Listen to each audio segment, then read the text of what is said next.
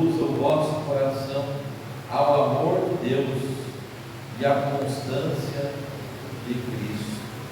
O amor de Deus e a constância de Cristo. Vamos pensar nessa palavra aqui, coração, que ela vai aparecer por muitas vezes na Bíblia. E a gente sabe que na maioria das vezes em que ela ocorre, ela tem um sentido. E ela representa esse sentido da nossa parte interior, do nosso foro íntimo, da nossa interiorização. Existe a vida no seu aspecto físico, externo, e existe o homem interior, que é constituído basicamente por três aspectos, né? Que é o intelecto, né? Que tem a ver com os nossos pensamentos, que são as nossas emoções, que tem a ver com os nossos sentimentos, e que também tem a ver com a nossa vontade, que é o desejo, que todos sabemos, todo bom crente sabe, que infelizmente todos esses aspectos foram de uma forma atingidos pelo pecado. Todos pecaram, carecem da glória de Deus. Alguém até fez explicação da questão do efeito do pecado na vida humana. Tinha um peixinho e tinha um aquário. Ele colocou, você não colocou apenas um peixinho doente no aquário, mas ele semeou o que? Veneno na água do aquário. E esse veneno ele vai atingir aquele peixe. Então nós estamos vivendo um ambiente que envenenado pelo pecado. E atingiu a nossa vida na sua totalidade. Mesmo nós crentes, nós ainda convivemos com o pecado nos nossos pensamentos e na nossa vontade. Muito embora agora em nós habita o Espírito Santo. Se o apóstolo Paulo disse que as obras da carne são conhecidas, né? Glutonaria, todos os exageros que têm a ver com a vida entregue ao pecado. Por outro lado, ele diz que o fruto do Espírito consiste em amor, bondade, em benignidade, em mansidão, em domínio próprio. Contra os tais, diz o apóstolo São Paulo, não a lei. E aqueles que estão em Cristo Jesus crucificaram a carne. Ele diz ainda: se você está no Espírito, ande também no Espírito. Nós estamos no Espírito. Se dizemos, né, em alto bom som, que o Espírito de Deus habita em nós, então nós devemos aprender a andar no Espírito. Esse é um dos fajutos que tem por aí, né? O Espírito Santo operou naquele lugar, o irmão foi tomado, né? A irmã foi tomada, profetizou, falou em línguas, houve uma apoteose, uma alegria, houve um apelo, gente gritando, cantando. Tudo bem. Isso pode ser uma alegação de que o indivíduo está no Espírito, tem o Espírito Santo dentro dele. Mas eu quero ver andar no Espírito na segunda-feira no trabalho. O grande problema do meio evangélico é que ele faz uma dicotomia, uma separação, né? Infelizmente, na prática faz isso. A glória de um Deus que se manifesta apenas no templo, né? Como os judeus tinham esse conceito supersticioso de Deus, um conceito errado, de um Deus que se revelava apenas nas quatro paredes do templo. Mas ele não consegue ser cheio do Espírito Santo na cabine do caminhão quando ele dirige. Ele não consegue ser um pedreiro cheio do Espírito Santo, um professor cheio do Espírito Santo. Não consegue ser um patrão cheio do Espírito Santo, né? Sempre quando ele pode reter o dinheiro de uma forma ou outra, reter algum direito do seu empregado, ele faz. A vida espiritual é um todo. Então, nosso coração deve estar cheio da presença do Espírito Santo. Nós devemos nos alegrar. E quando você canta com alegria, né, como nós cantamos aqui, você está demonstrando que o Espírito Santo está em você. Paulo fala: não vos embriagueis com vinho, no qual há dissoluções, mas enchei-vos do... E qual é a primeira recomendação que ele fala que alguém que é cheio do Espírito Santo faz? cantando, né? Louvando ao Senhor com salmo. Louvar a Deus. Cantar para a glória de Deus é uma demonstração de que o Espírito Santo está em nós. Agora, preciso tomar muito cuidado para que de repente lá na frente, quando alguém pisa no nosso carro, nós descantamos, né? Não existe essa palavra, mas eu estou usando aqui para fim didático, né? Nós descantamos aqui cantando. Qual o adorno desta vida é o amor. Ao cristão, ao seu vizinho, mostra amor. Mas quando a bola da molecada cai, você vai para o canivete, né? Coisas mínimas que muitas vezes nós falhamos, né? Não adianta, muitas vezes nós passarmos madrugada orando, somos cheios do Espírito Santo. Está no Espírito? Ande também no Espírito. Mostre que você tem uma conduta dirigida pelo Espírito, né? Pelo Espírito de Deus. Mas Deus quer nos conduzir a uma vida cada vez mais próxima dele, cada vez mais digna do discípulo dele. Dá até vontade de perguntar aqui aos nossos irmãos pentecostais, falar assim: quem quer ser um crente melhor aqui nessa noite? Levanta a mão, né? Eu digo amém, né? Amém. Eu quero ser melhor, preciso ser melhor. Nós precisamos melhorar a cada dia, né? A vereda do justo, ela se equipara à luz da aurora que vai brilhando cada dia mais e mais, até ser dia perfeito. Um dia eu estava na área da minha casa lendo, né? E passou um irmão da igreja, né? Falou assim: olha, é o catedrático lendo aí e tal, né? Tipo assim, né? Olha o teólogo, alguma coisa nesse sentido, assim. Aí eu falei: na verdade eu leio, na medida do possível, dentro do que eu posso, né? Eu estudo, não é porque eu sou bom, pelo contrário, o que me leva a estudar é porque eu sou fraco, eu preciso conhecer mais. É porque eu tenho que pregar o Evangelho, e eu não posso pegar o microfone e apresentar para eles discurso de jogador de futebol. Já viu isso aí? E como é que foi lá? Qual é a sua expectativa para o jogo, né? Ele fala assim: eu pretendo fazer uma grande partida, né? Agradar o professor, para agradar também essa torcida maravilhosa. Já ouviu alguém falar isso aí? Esse é o discurso de jogador de futebol. A gente vê às vezes pastores que passam 4 anos no seminário, né? E aí vivem recorrendo a determinados meios, né? Para escapar do que da necessidade que tem de crescer no conhecimento. Eu não estou falando aqui que todo crente tem que ser teólogo, mas eu estou dizendo que a partir do momento que você, que o indivíduo é um pastor, um pregador, um dirigente, ele tem a obrigação de melhorar a cada dia. Estou dando esse exemplo a partir de mim. Eu me coloco nesse sentido. Não sei se isso surte efeito, mas eu tento. Nós tentamos, devemos tentar melhorar a cada dia em todos os aspectos. E Deus, a carta de Pedro diz, Deus fala, que a palavra de Deus diz que o Senhor Jesus, ele nos tem doado todas aquelas coisas que nos conduzirão à vida e à piedade, né? Eu não posso dizer aqui para um cadeirante, se ele entrar aqui e falar: se você tem aqui, você crê em todo o coração, eu vou impor as mãos na sua cabeça, você vai pular nessa cadeira e Deus vai te fazer andar nessa noite aqui, né? Como muitos fazem irresponsavelmente, por sinal. Eu não posso garantir. Como também eu não posso subestimar o poder de Deus, que Deus possa ou não possa fazer, Ele pode. Agora, tudo aquilo que é pedido, que nos conduzirão à vida e à piedade, a palavra de Deus está me dizendo que o Senhor nos responderá com um sim. O problema é que Tiago diz que nós não sabemos pedir.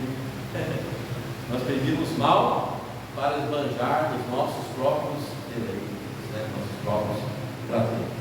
Então, olha qual que é o voto que Paulo deseja para os crentes, para os irmãos. O que a palavra de Deus, o próprio Deus quer nos comunicar nesta noite, deseja, né? Para nós, né? O Senhor conduza o vosso coração, que é a sede, né? A sua parte interior, onde habita o Espírito Santo, ao amor de Deus e à constância de Cristo. Primeiramente destaquemos aqui o amor de Deus. Quando nós conhecemos a Cristo, quando nós ouvimos o Evangelho da nossa salvação, né? Tempo desse atrás estava até um irmão falando do hino, né, que tocou no coração dele. E ele entende que aquele hino tem uma marca muito importante na vida dele espiritual, né? O próprio título do hino, eu não sei se no nosso cenário aqui está nesse título, né? Mas na harpa cristã é conversão, né? Se não me engano, na harpa cristã é hino 14, parece, ele até falou o número, né? Ó, com cego eu andei, né? Nosso novo poeta esculhambaram aqui, ó, em cegueira eu andei, né? Quanto cegueira, né? Eu estava com cego, sempre que mudo, né? As coisas. Ó, com cego eu andei, perdido uma vida. O título do hino é conversão. Então, isso é uma coisa muito importante, né? Que nós devemos ter algo para contar. Às vezes eu me decepciono, né? Com algumas afirmações de crentes antigos. Teve um dia que o pastor nosso estava dando estudo na quarta-feira e perguntou para um irmão assim: há quanto tempo o irmão está nessa fé? Há quanto tempo o irmão nasceu de novo, né? E era um presbítero, né? Disponibilidade e tal. E ele falou assim: há 54 anos, né? Uma pessoa dele tinha 54 anos. Quer dizer, a gente até entende que ele quis dizer que ele foi criado na igreja, mas ninguém nasce crente, né, pela palavra de Deus. Nós somos filhos ainda. Em pecado eu fui concebido, a minha mãe me concebeu em pecado. Isso. Daí nós precisamos de novo nascimento. E se nós perguntarmos assim para alguém aqui: conte para mim uma experiência de novo nascimento, como era a sua vida sem Cristo e como passou a ser a partir de Cristo. Será que as pessoas têm essa capacidade de dizer? Eu posso dizer para você em alto bom som. Posso falhar em muitas outras coisas, mas nesse sentido eu tenho muita coisa para dizer, né? Coloco uma linha aqui, ó. Para cá é assim, né? Para cá passou a ser assim. E a nossa vida tem que ser assim mesmo. Antes de conhecer a Cristo e depois de conhecer ao Senhor Jesus. Ao Senhor Jesus.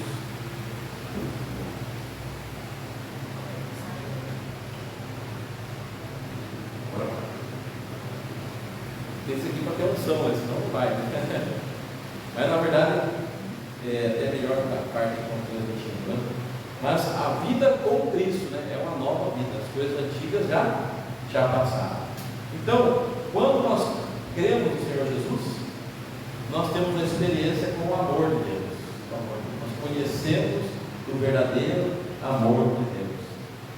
E o que Paulo está dizendo aqui, que ele volta para os irmãos tessalonicenses, é que o Senhor conduza o coração desses crentes ao amor de Deus, para que em eles conhecendo o amor de Deus, eles possam também amar com o amor de Deus. 1 Coríntios 13, né? Que é um texto muito conhecido. O cantor aí, música popular brasileira, né? Do rock nacional, compôs até, fez até uma música utilizando-se, né, desse 1 Coríntios 13, falando sobre o amor. O amor que tudo suporta, que tudo espera. O amor que, se qualquer coisa for feita à parte dele, diz o apóstolo São Paulo, é inútil. Mas esse amor, na verdade, é o amor que vem de Deus. Quando nós conhecemos o amor de Deus, nós buscamos amar conforme esse amor. Porque o mundo, ele tem os seus amores. O mundo, ele fabrica os seus amores. Então, a gente sempre fala, né? Comprar com qualidade. O sujeito ama, o sujeito faz uma festa, gasta uma fortuna. O sujeito convida muitos convidados e faz votos de amor à torta e à direita. E daqui a pouco aquele amor deixa de existir. Aquele amor perde o seu prazo de validade. Esse não é o verdadeiro amor. Mas aqui o desejo é que nós sejamos conduzidos ao amor de Deus. E não só o amor de Deus, mas também a constância de Cristo. A tradução, a nova versão internacional, fala, ao invés de constância, ela usa o termo perseverança. O amor de Deus nós conhecemos experiencialmente, né? Nós conhecemos a Deus. O amor de Deus derramado em nosso coração por meio do Espírito Santo nos foi outorgado, Romanos 5,5. Mas a constância de Cristo, nós temos a oportunidade de conhecer objetivamente como? Conhecendo a história de Cristo.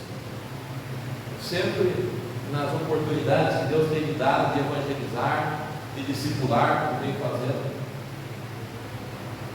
eu procuro primeiramente, antes de qualquer coisa, levar aqueles que estão sendo discipulados a conhecer a Cristo, a conhecer a pessoa de Cristo, a conhecer as obras de Cristo e a conhecer os ensinos de Cristo, para poder passar para outro ensino, né? A pessoa, por muitas vezes eu me deparei com pessoas lendo lá Gênesis, começando lá, perguntando da mulher de Caim, né? Daqui a pouco o Levítico, que negócio é aquele que tem que andar com um correio, tem que enterrar, e se encostar no animal morto, tem que ir lá fazer um sacrifício. Eu falo, para com isso aí, para, deixa isso para lá. Aqui nós começamos de maneira invertida, vamos começar no Novo Testamento, a partir de Cristo, porque tudo ganha significado a partir daqui. Quando você conhece o Verbo que se fez carne e habitou entre nós, cheio de graça e de verdade, vimos a sua glória, glória como do unigênito do Pai. Quando você vê agora na ocasião do Natal, você vai ver lá Jesus vivo, não havia lugar para ele na hospedaria, lá para José com Maria. Ele veio à luz, ele veio à existência, juntamente com animais, num ambiente de rejeição, de humildade, ele sendo perseguido, humilhado, e sendo um exemplo de resiliência, um exemplo de perdão, um exemplo de amor, de dedicação, de humildade, um exemplo de justiça também, um exemplo de alguém que desempenhou o seu ministério com autoridade, porque quando você vê aquele mega sermão do monte que Jesus prega, abordando aspectos assim, importantíssimos, o mais alto pilar da nossa vida espiritual, o relato ali no finalzinho é que aqueles homens, aquelas pessoas, até da religiosidade judaica, olhavam admirados para o Senhor Jesus, e ali é registrado da seguinte forma, porque ele falava não como escribas, mas como quem tem autoridade. Eles sabiam, e quem estava falando ali era a pessoa que tinha propriedade no assunto, que vivia tudo aquilo, e deu todo o exemplo que ele poderia dar, a constância de Cristo. E essa constância de Cristo foi o seu propósito de obedecer, ele se submeteu, ele foi obediente, diz Paulo em Filipenses 2, ele foi obediente até a morte de cruz. Muitos foram, o diabo fez de tudo para tirar Jesus da rota da cruz. O próprio Pedro ganhou essa alcunha de um prestador de serviço indireto a Satanás, quando Jesus falou assim: arreda Satanás. Por quê? Porque Pedro, quem sabe até na melhor das boas intenções, queria poupar Jesus. Não vá a Jerusalém, porque sofrimento te espera ali. Mas Jesus disse para ele assim: arreda Satanás, porque você não está falando coisa que vem de Deus. Eu tenho que ir para aquela cruz. É necessário. E nessa noite, Deus quer nos guiar à constância de Cristo. Quando você for afrontado, olhe para a constância de Cristo. Quando você for tentado, o diabo coloca determinadas situações para querer nos tirar do caminho da santificação. Quando você for tentado, olhe para a perseverança de Cristo. Quando alguém quiser te tirar do sério, olhe para a constância de Cristo. Quando você se sentir desanimado, para que levantar de manhã para o pessoal dominical? Para que fazer o bem? Nós vemos no mundo tantos desmandos, tantas injustiças. Olhe para a perseverança de Cristo. Quando Jesus, naqueles últimos momentos, aqueles seus algozes estavam ali, ainda ele arrancou forças do seu coração, desse seu grande amor, e disse assim: Pai, perdoa-lhes, porque eles não sabem o que estão fazendo. Tudo isso tem a ver com a constância do Senhor Jesus. Por isso que ele pôde dizer, eu vou terminar a palavra, com muita propriedade, pôde reunir os seus discípulos e dizer o seguinte: ele já havia falado do Espírito, da vinda do Espírito, ele subiria para enviar o Consolador. E ele fala para os seus discípulos assim: essas coisas eu vou dizer para vocês para que vocês tenham paz em mim, né? Eu sempre abordo essa questão como se Jesus tivesse falado alguma coisa assim, criado uma expectativa neles, né? Eu vou dizer isso para que vocês tenham paz, né? Ali Jesus coloca um título e uma introdução para o sermão. Mas o problema são os 3 pontos do sermão, né? Como presbiteriamente se costuma fazer, né? Geralmente os pastores presbiterianos gostam de pregar os sermões em 3 tópicos. Primeiramente, relacionado a essa paz que ele prometeu: no mundo vocês vão ter aflições. Ou no mundo. Peraí, não tem a ver isso com paz. Ou de paz. Está mudando o discurso? No mundo vocês vão ter aflições. Segundo ponto, tenham bom ânimo. Então, Jesus está chamando a atenção. Tem aflição, vocês têm que ter bom ânimo. E terceiro ponto, a garantia: eu venci, Jesus venceu. Lá no Apocalipse tem uma parte que diz assim, falando sobre a besta, sobre o falso profeta: pelejarão contra um cordeiro, mas o cordeiro os vencerá. Vencerão também aqueles que estão ao lado do cordeiro, os chamados, eleitos e fiéis. Jesus venceu e nós venceremos também. Mas Ele quer hoje para a nossa vida o seguinte: que você seja conduzido ao amor de Deus e à constância e à perseverança de Cristo. Você vai ser muito afrontado ainda. Nós vamos presenciar muitas injustiças, mas olhe para o exemplo que Cristo nos deixou. Deixe-se conduzir pelo Espírito Santo ao amor de Deus e à constância de Cristo. Amém. Vamos nos colocar de pé, irmãos? Vamos louvar a Deus. Vamos cantar o hino de número 222. Meu Senhor, sou teu, tua voz ouvi, a chamar-me com amor, e contigo sempre desejo estar, ó bendito Salvador.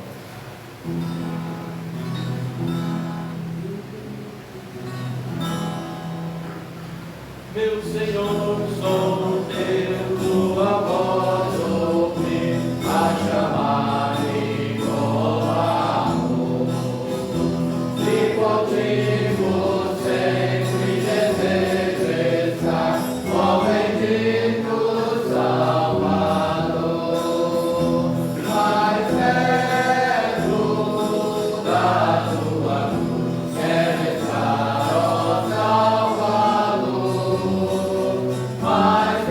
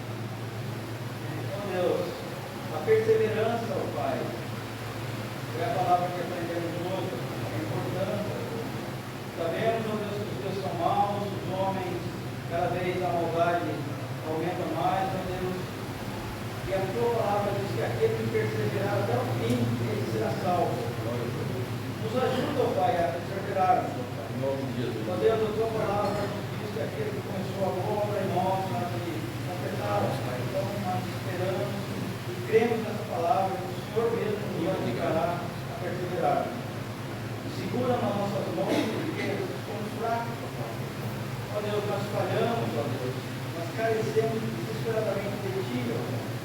Conduza-nos, ó Deus, nesses caminhos. Ó Deus, guarda-nos, ó Pai, em tudo que fizermos, ó Pai.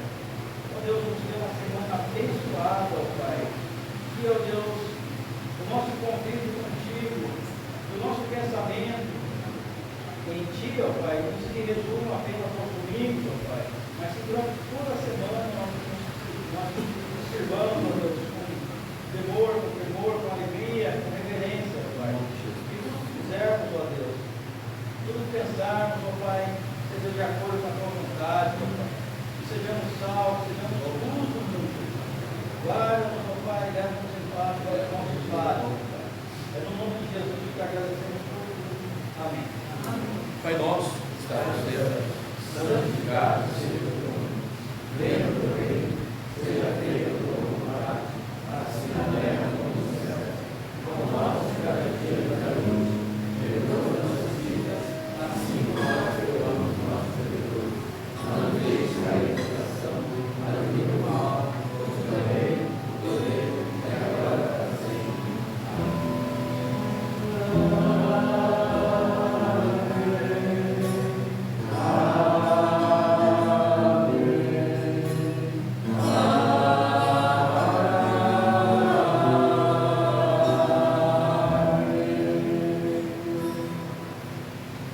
Está encerrado aqui, só um aviso, né? Domingo agora, o próximo, que é o dia 10, nós não teremos escola dominical. Por quê? Porque os membros da igreja estão aí convocados para uma assembleia extraordinária na igreja 7, às 9 horas da manhã, para a eleição de diáconos. Ok? Então, não teremos escola dominical. Certo? Mais algum aviso? A ceia ficou marcada para o dia 17 de manhã. Vai ser jantar? A ceia. Esse aí é o pagão, né?